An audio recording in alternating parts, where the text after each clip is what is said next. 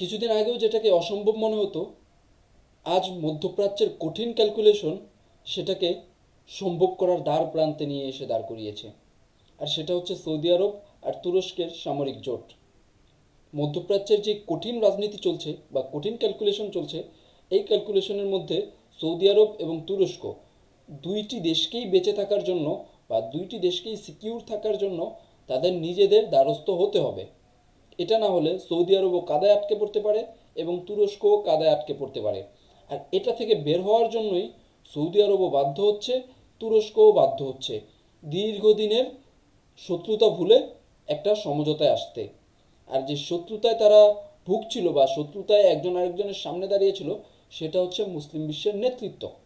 মুসলিম বিশ্বের নেতৃত্ব নিয়ে কিছু দেশের মধ্যে সব সময় প্রতিদ্বন্দ্বিতা চলে আসছে। এর মধ্যে অন্যতম সৌদি আরব আর তুরস্ক।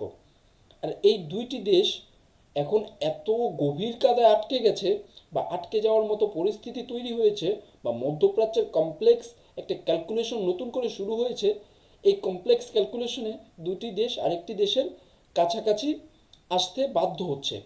আর এই কারণেই বলা যাচ্ছে এই কমপ্লেক্স সিচুয়েশন হ্যান্ডেল করার জন্য সৌদি আরব এবং তুরস্ক একটা সামরিক জোট গঠন করতে পারে। আর এই কমপ্লেক্স ক্যালকুলেশনে ফেলে দিয়েছে ইসরায়েল এবং সংযুক্ত আরব আমিরাত।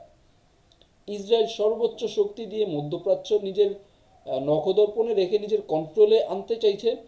যেখান থেকে মার্কিন যুক্তরাষ্ট্র মুভ করবে বলেছে, যখন থেকে বলেছে যে মার্কিন যুক্তরাষ্ট্র মধ্যপ্রাচ্য থেকে সেনা সরিয়ে নেবে, তখন থেকেই ইসরায়েল এই চেষ্টা করে আসছে।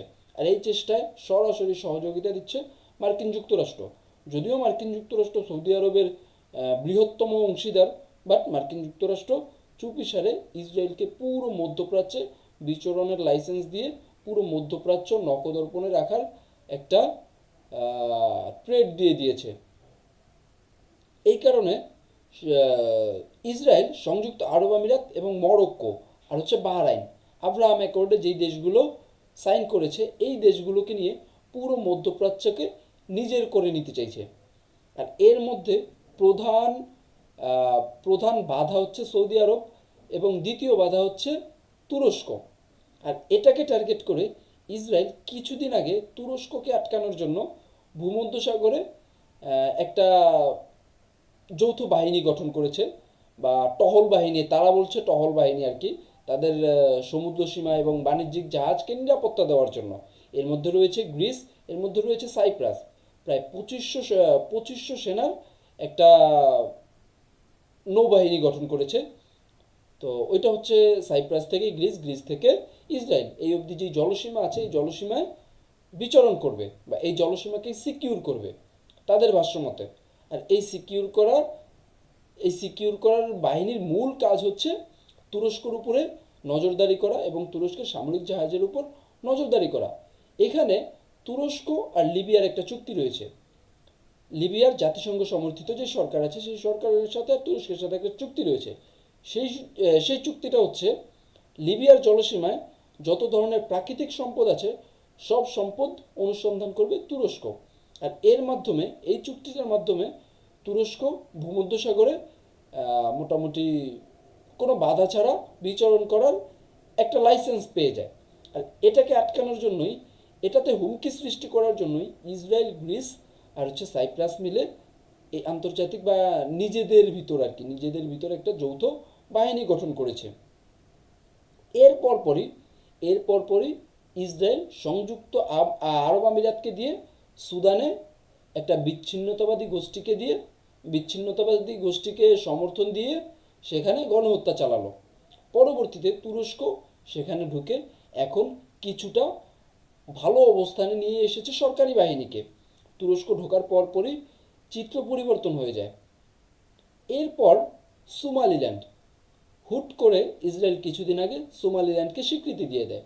আর সোমালিল্যান্ড সৌদি আরবের জন্য একটা ভয়াবহ ভূমি বলতে পারেন, যেখানে ইসরায়েল যদি পৌঁছে যায় সেক্ষেত্রে সৌদি আরবকে ব্যাপক মাত্রায় চাপে রাখতে পারবে। যখন সোমালিল্যান্ডকে স্বীকৃতি দিল, তখন সৌদি আরবের ঘুম ভাঙল। এর আগে মোহাম্মদ বিন সালমান যুক্তরাষ্ট্রে গিয়েছিল।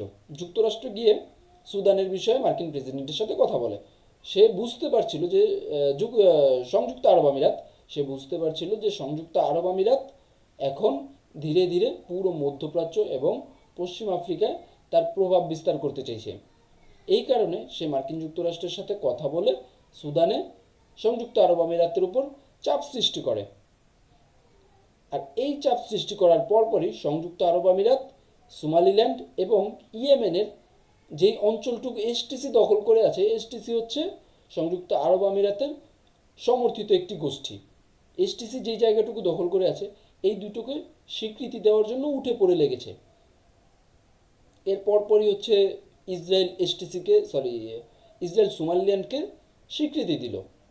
ইসরায়েল সোমালিল্যান্ডকে স্বীকৃতি দেওয়ার পরপরই তারা আলোচনা করছিল এসটিসি বা সাউদার্ন ট্রানজিশনাল কাউন্সিলকে স্বীকৃতি দিবে। ইয়েমেনের বড় একটা অংশ এই গোষ্ঠীটি দখল করে আছে, আর এই গোষ্ঠীকে সরাসরি সমর্থন দিচ্ছে, অস্ত্র দিচ্ছে কে? সংযুক্ত আরব আমিরাত। আর সংযুক্ত আরব আমিরাতও এরকম একটা প্ল্যান করছিল, তারা ইয়েমেনের যেই অঞ্চলটুকু এসটিসি দখল করে আছে, সেই অঞ্চলটুকুতে তারা স্বাধীনতা ঘোষণা করবে। এমন অবস্থায় সংযুক্ত আরব আমিরাত থেকে একটা গাড়িবাহী জাহাজ, সংযুক্ত আরব আমিরাত বলছিল গাড়িবাহী জাহাজ, সেই জাহাজে সৌদি আরব বিমান হামলা চালায়। বিমান হামলা চালানোর পরে সৌদি আরব সরাসরি বলে, এর আগে কখনোই সংযুক্ত আরব আমিরাত আর সৌদি আরব ইয়েমেনে নিজেদের দোষারোপ করেনি, বাট সৌদি আরব সেই হামলার পর সরাসরি বলে সংযুক্ত আরব আমিরাত এসটিসিকে অস্ত্র দিচ্ছিল, সেই অস্ত্রের জাহাজে আমরা হামলা করেছি।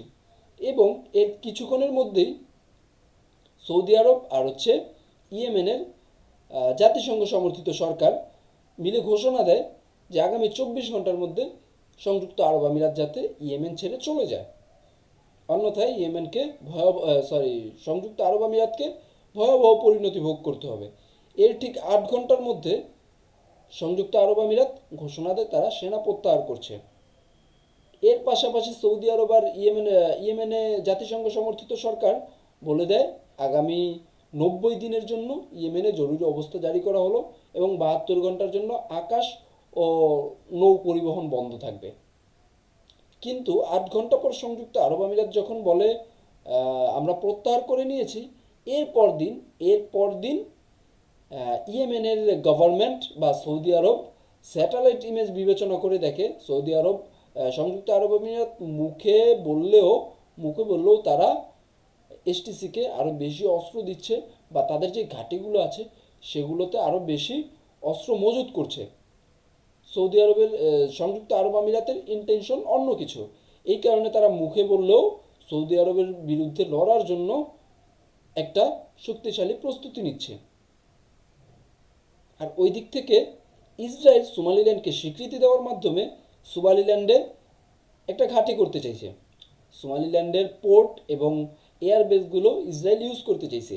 ইউজ করার মাধ্যমে যেটা করতে পারবে সেটা হচ্ছে, সোমালিয়ায় তুরস্কের শক্তিশালী ঘাঁটি রয়েছে এবং সোমালিয়া থেকে তুরস্ক মহাকাশযানও নিক্ষেপ করেছে, মহাকাশযানও প্রেরণ করেছে।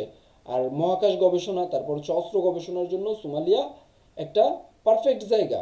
এই কারণে এই তুরস্ককে আটকানোর জন্য ইসরায়েল সোমালিল্যান্ডে তাদের ঘাঁটি করতে চাইছে। এবং পাশাপাশি সামনেই হুতিরা আছে, যেমন গালফ অফ অ্যাডেন খুবই গুরুত্বপূর্ণ একটা রুট সামুদ্রিক জাহাজ চলাচলের জন্য। আর এই গালফ অফ অ্যাডেন নিজেদের কন্ট্রোল নেওয়ার জন্য, ওইদিকে মিশরকে চাপে ফেলার জন্য, এদিকে হুতিদের চাপে ফেলার জন্য, পাশাপাশি সবচেয়ে বেশি চাপে ফেলতে পারবে সৌদি আরবকে। সৌদি আরবকে চাপে ফেলার জন্য সোমালিল্যান্ডকে স্বীকৃতি দিয়ে সোমালিল্যান্ডে একটা শক্তিশালী ঘাঁটি করতে চাইছে, যাতে এক ঢিলে সব পাখি মারা যায়।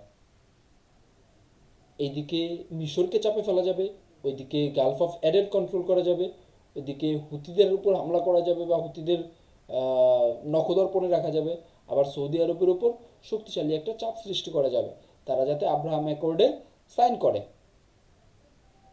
আর এই চক্র মিলে সংযুক্ত আরব আমিরাত, ইসরায়েল, তারপর হচ্ছে মরক্কো, সাইপ্রাস, গ্রিস, এরা মিলে চাইছে তুরস্ক, সৌদি আরব, ইন্ডিভিজুয়াল যে দেশগুলো আছে, যেমন তুরস্ক একটা মুসলিম উদীয়মান শক্তি, এই কারণে ইসরায়েল তুরস্ককে যে কোনোভাবে আটকে দিতে চাইছে। আর সৌদি আরব মার্কিন যুক্তরাষ্ট্রের কথায় উঠলে বসলেও সে আব্রাহাম অ্যাকর্ডে সাইন করতে চাইছে না। সৌদি আরব এখন মোটামুটি বুঝে গেছে, যদি সে আব্রাহাম অ্যাকর্ডে সাইন করে তাহলে সে মুসলিম বিশ্বের নেতৃত্বে থাকাটা কঠিন হয়ে পড়বে। এই অবস্থায় মার্কিন যুক্তরাষ্ট্র চাপ সত্ত্বেও সৌদি আরব আব্রাহাম অ্যাকর্ডে সাইন করছে না। আর এই সাইন না করার কারণেই ইসরায়েল চাচ্ছে সৌদি আরবের ওপর চাপ সৃষ্টি করে যে কোনোভাবে তাদেরকে আব্রাহাম অ্যাকর্ডে আনতে। এই অবস্থায় সৌদি আরবের এই কাদা থেকে বের হতে হলে নিঃসন্দেহে তুরস্কের হাত ধরতে হবে। কেননা এই যে সিচুয়েশন চলছে মধ্যপ্রাচ্যে, এই সিচুয়েশনে ইসরায়েলের সহযোগিতা ছাড়া মার্কিন যুক্তরাষ্ট্র সৌদি আরবের সহযোগিতা করবে না। সৌদি আরব মার্কিন যুক্তরাষ্ট্রের যত বড় মিত্রই হোক না কেন, এইখানে এই জোটে আরও কিছু দেশ যোগ দিতে পারে। যেমন আপনি ধরতে পারেন মিশরকেও ইসরায়েল চাপে রাখতে চাইছে। সুইস ক্যানেল হোক, তারপর হচ্ছে তাদের সমুদ্র সীমা নিয়ে চুক্তি হোক, সব কিছু নিয়ে মিশরকে একটা চাপে রাখতে চাইছে ইসরায়েল। এই কারণে এই জোটে মিশর যোগ দিতে পারে এবং কাতারও যোগ দিতে পারে। আপনি যদি সহজ ভাষায় বলতে চান, সেক্ষেত্রে সৌদি আরব, তুরস্ক, মিশর, কাতার, এই 4টি দেশ মিলে একটা সামরিক জোট গঠন হতে পারে। আর এর মধ্যে গুরুত্বপূর্ণ একটি দেশ, যাদের সাথে সৌদি আরবের সাথেও সম্পর্ক আছে, তুরস্কের সাথেও ভালো সম্পর্ক আছে এবং সংযুক্ত আরব আমিরাতের সাথেও ভালো সম্পর্ক রয়েছে, সেই দেশটি হচ্ছে পাকিস্তান। পাকিস্তান খুব গুরুত্বপূর্ণ রোল প্লে করতে পারে যদি তারা এই কঠিন রাজনৈতিক সিচুয়েশনে তাদের অবস্থান নিরপেক্ষ রাখতে পারে, বা তারা ভালো ডিপ্লোম্যাসি দিয়ে এগিয়ে যেতে পারে। তাহলে এই দেশটি খুব ভালো একটা ফয়দা লুটতে পারবে, বা এই ঝামেলায় সবচেয়ে গুরুত্বপূর্ণ দেশ হয়ে উঠতে পারবে। আর সংযুক্ত আরব আমিরাতকে চাপে ফেলার জন্য সৌদি আরবের যা যা করা দরকার সৌদি আরব করছে। আর এই অবস্থা চলতে থাকলে খুব দ্রুতই আমরা এই সামরিক জোটটি দেখতে পাবো, হয়তো বা সৌদি আরব, তুরস্ক, ইজিপ্ট এবং কাতারের। আর মার্কিন যুক্তরাষ্ট্র চোখ বন্ধ করে ইসরায়েলকে সাপোর্ট দিলেও হয়তো বা প্রকাশ্যে কোনো সাপোর্ট দিবে না। কেননা কাতার, সৌদি আরব মার্কিন যুক্তরাষ্ট্রের বৃহত্তর বন্ধু। আর এই সৌদি আরব, কাতারের সাথে মার্কিন যুক্তরাষ্ট্রের বৃহত্তর স্বার্থ জড়িত আছে। ওইদিকে তুরস্ক মার্কিন যুক্তরাষ্ট্রকে নিজেদের বলয়ে আনার একটা চেষ্টা করছে, বা এক বলয়ে থাকার একটা চেষ্টা করছে।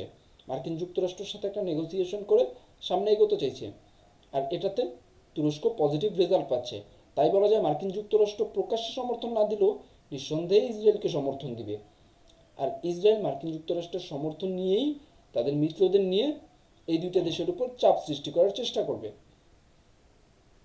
এখন আগামী দিনগুলোতে বোঝা যাবে আসলে কারা সামনে এগিয়ে যেতে পারবে আর কারা এই কমপ্লেক্স সিচুয়েশন থেকে বের হয়ে নিজেদের পতাকা উঁচিয়ে ধরতে পারবে। তাহলে আজ রাখছি এখানেই। ভালো থাকবেন, সুস্থ থাকবেন, লাইক অ্যান্ড সাবস্ক্রাইব করে পাশে থাকবেন এবং কমেন্ট করে অবশ্যই আপনার মতামত জানাবেন।